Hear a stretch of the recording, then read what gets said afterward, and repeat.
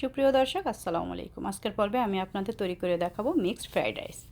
এই ফ্রাইড রাইসটা তৈরি করা খুবই সহজ, খেতে কিন্তু চমৎকার লাগে। আর একবার যদি বাসায় তৈরি করে খান তাহলে কিন্তু আর চাইনিজ রেস্টুরেন্টে যেতে হবে না। আর আমার এই রেসিপি ফলো করে যে কেউ তৈরি করে নিতে পারবেন এই মিক্সড ফ্রাইড রাইসটা। তাহলে চলুন ঝটপট তৈরি করে নেই। আশা করছি আমার এই রেসিপি আপনাদের ভালো লাগবে। যদি ভালো লাগে অবশ্যই লাইক, কমেন্ট, শেয়ার করবেন। আমি এখানে 4 কাপ পরিমাণ বাসমতি চাল নিয়েছি। আপনারা চাইলে পোলাও চালটাও নিতে পারেন। চালটাকে আমি 5-6 বার খুব সুন্দর করে ধুয়ে পরিষ্কার করে নিয়েছি। আমি বড় একটা পাত্রে বেশ কিছুটা পানি ফুটিয়ে নিয়েছি। পানির ভিতরে আমি দিয়ে দিব পরিমাণ মতো লবণ, দিয়ে দিব 3 টেবিল চামচ পরিমাণ রান্নার রেগুলার তেল।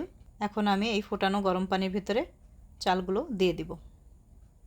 চালটাকে খুব সুন্দর করে নেড়ে চেড়ে দিতে হবে, না হলে কিন্তু দলা পাকিয়ে থাকবে। খেয়াল রাখতে হবে যাতে দলা পাকিয়ে না থাকে, এর জন্য একটু নেড়ে চেড়ে দিতে হবে চালটাকে। আমি এই চালটাকে 80%-এর মতো সিদ্ধ করে নেব। আপনারা চাইলে আগের দিন রান্না করে ফ্রিজে রেখে দিতে পারেন, পরের দিন এই ফ্রাইড রাইসটা তৈরি করতে পারেন। আমি এই ভাতটাকে রান্না করে 1 ঘন্টার মতো বাইরে রেখে ঠান্ডা হয়ে গেলেই রান্না করে নেব।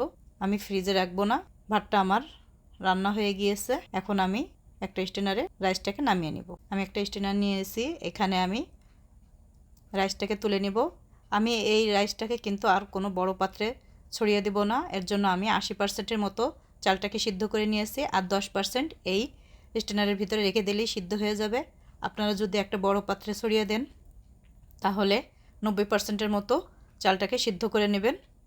আমি এইটার ভিতরে জাস্ট খালি ভাপটা একটু বের করে দিব, দিয়েই রেখে দিব, আর 10% এখানে সিদ্ধ হয়ে যাবে। বাদ বাকি 10% রান্নার সময় সিদ্ধ হয়ে যাবে। আমি বাদ বাকি উপকরণগুলো এখন তৈরি করে নিই। একটা বাটি নিয়ে এসেছি, বাটির ভিতরে 6টা ডিম ভেঙে নিব।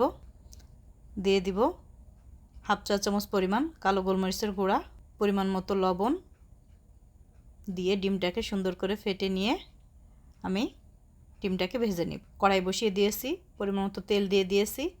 তেলটা গরম হয়ে গেছে, ডিমটা আমি দিয়ে দিলাম। ডিমটা দেখেন আমি কিভাবে ভেজে নিচ্ছি।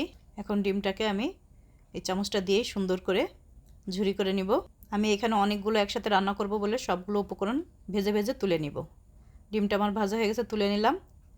আমি একই কড়াইয়ের ভিতরে আবার কিছুটা তেল দিয়ে দেব এখানে চিংড়ি মাছ আর চিকেনটাকে আমি কিছুটা গার্লিক পাউডার দিয়ে মেখে রেখেছি। আপনারা চাইলে রসুন বাটা দিয়েও মাখিয়ে রাখতে পারেন।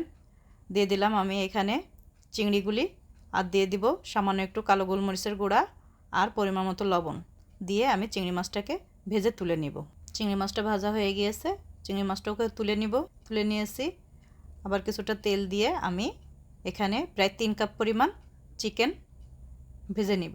চিকেনগুলোকে আমি লম্বা লম্বা করে টুকরা করে নিয়েছি। চিকেনগুলোও আমি কিন্তু গার্লিক পাউডার দিয়ে মেখে রেখে দিয়েছিলাম।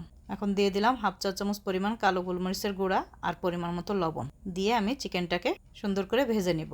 চিকেনটা আমার ভাজা হয়ে গিয়েছে, চিকেনটাও আমি তুলে নিব। এখন আমি এই কড়াইয়ের ভিতর দিয়ে দিব কিছুটা বাটারের ভিতরে আমি দিয়ে দিলাম 2 টেবিল চামচ পরিমাণ রসুন কুচিটা দিয়ে আমি সুন্দর করে ভেজে নিলাম বাটারের ভিতরে। এখন আমি এখানে দিয়ে দিব 1.5 কাপ পরিমাণ বাঁধাকপি কুচি। বাঁধাকপিটা আমি আগে দিয়ে দিলাম, যার কারণে হচ্ছে বাঁধাকপিটা সিদ্ধ হতে একটু দেরি হয়। এই কারণে বাঁধাকপিটা প্রথমে আমি দিয়ে কয়েক সেকেন্ড ভেজে নিলাম। এরপর আমি এখন এখানে দিয়ে দিব 1 কাপ পরিমাণ গাজর কুচি। সব কিছুই আমি লম্বা লম্বা কুচি করে নিয়েছি। বাঁধাকপি আর গাজরটাকে আবার আমি কয়েক সেকেন্ড ভেজে নিব। এই সময় কিন্তু চুলার আঁচটা একদম হাই ফ্লেমে থাকবে, লো ফ্লেমে দিলে কিন্তু সবজি থেকে পানি ছেড়ে দিবে। ভাজা হয়ে গেছে, আমি এখন এখানে দিয়ে দিব বেশ কিছুটা পেঁয়াজটাকেও একটু মোটা করে আমি কেটে নিয়েছি। দিয়ে দিব 3 রকমের ক্যাপসিকাম, হলুদ, সবুজ, লাল, আপনারা চাইলে যে কোনো রকমেরই দিতে পারেন। দিয়ে দিব 5-6টা কাঁচামরিচ লম্বা করে ফালি করে নিয়েছি আমি।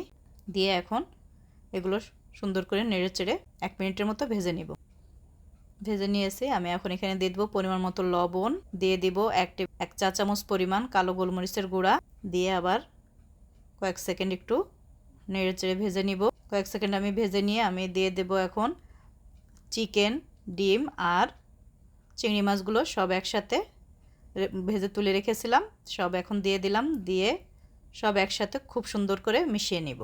সুন্দর করে মিশিয়ে নিয়েছি। এখন আমি এখানে রাইসগুলো সব দিয়ে দিব। দেখেন রাইসগুলো কতটা ঝরঝরা হয়ে গিয়েছে। আমি কিন্তু এটা বড় পাত্রে ছড়িয়ে রাখিনি। সব রাইসগুলো আমি দিয়ে দিব।